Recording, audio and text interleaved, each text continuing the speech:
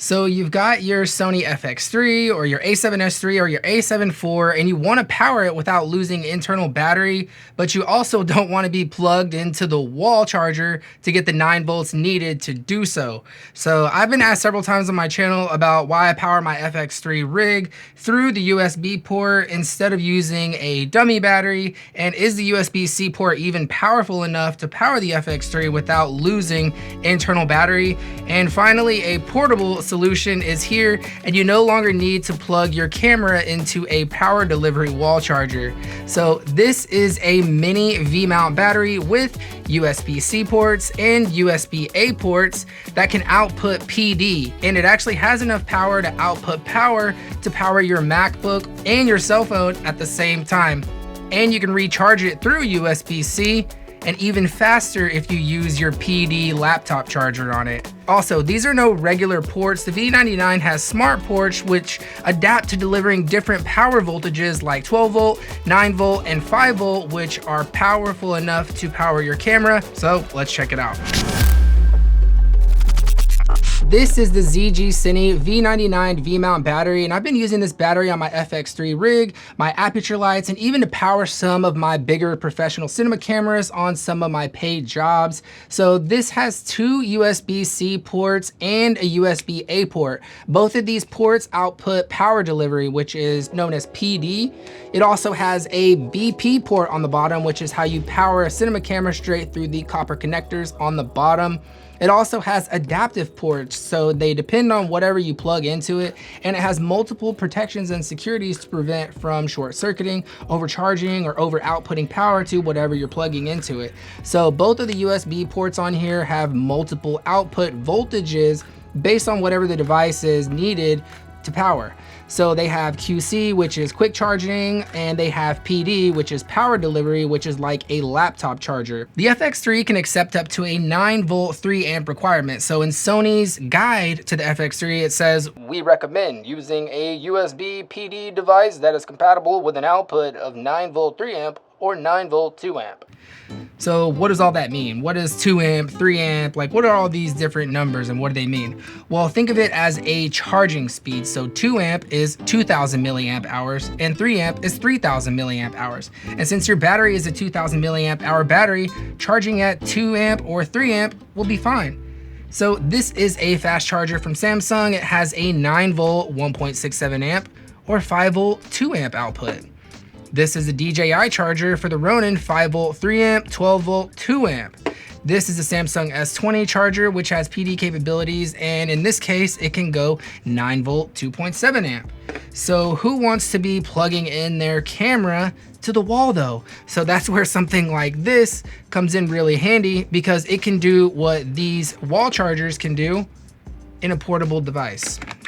Although, joking aside, if you did want to plug your camera into the wall, you could create a power supply with a D-tap charger into the battery or USB-C into the battery, at the same time outputting power through USB into your camera, creating a never-ending power supply. Keep in mind, you always have to have a Sony battery in the camera to power it, but you would never run out of battery. To show the power delivery at work in this test, I plugged in the FX3 with 49% internal battery and left the camera on standby for a little bit over 1 hour, unplugged it, and I still have 49% internal battery. Now, what if you're recording? All right, let's shoot a 20-minute long continuous clip, unplug it, and we still have the 49% internal battery, and the ZGCine used 2% battery. This ZGCine battery is also powerful enough to power a full-blown cinema camera like this Sony F55 here, and I'm also running power out of the D-tap to my monitor as well. So it's just a really powerful, tiny little battery, and it looks great on a big camera like this. It's almost the same size as this, so I would think that this would look really good on a Red Komodo or any of those smaller Z cams or something like that, because it's just a small little battery and it fits the form factor perfectly. The battery also comes with 2 cables as well, which you can use for charging or outputting power, because you can charge it through USB-C or you can charge it through a laptop charger. So it comes with a USB-C to C cable and a USB-A to C cable. So you got both of those options on there, or you can charge it on a V-mount charger. And one of my favorite things about this battery is the cool little LCD screen on here. It is full color and it's very sharp, especially for a battery screen. So if you hold this button for 2 seconds, you can turn the screen off, and you can hold it for 2 seconds to turn it back on.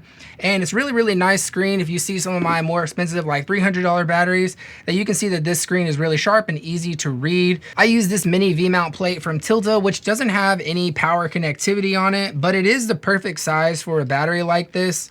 So instead, what I do is I get a D-tap splitter, which has 4 additional D-tap ports on here, and then I drop this on the plate. Now I have 4 additional P-tap or D-tap ports on the back here to power my monitor, wireless video transmitter, and whatever else I need on the rig.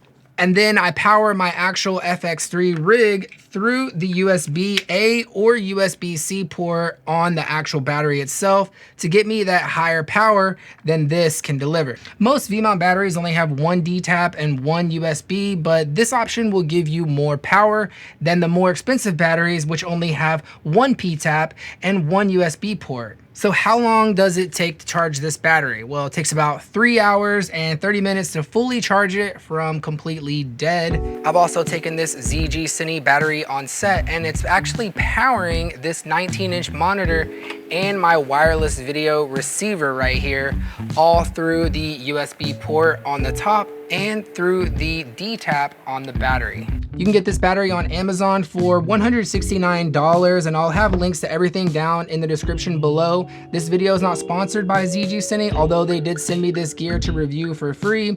Also, Andy Cine hooked me up with one of these to do a giveaway for on the channel. So if you saw my previous video going over the top 5 accessories for the Rode Wireless Go 1 and 2, we announced we were doing a giveaway for one lucky subscriber on the channel. And the winner is Filmtopia. Congratulations. I'll be contacting you to get that sent over right away. And thanks again for subscribing to the channel. All right, and now we're ready to go out for a full day shoot. So if you guys learned anything today, be sure to hit the like button and leave me a comment if you're interested in me making a video about this whole FX3 rig here and what I have going on. Also, make sure you're subscribed for more filmmaking gear tips and tutorials just like this one. Shoot for the stars, and I'll see you very soon in the next video.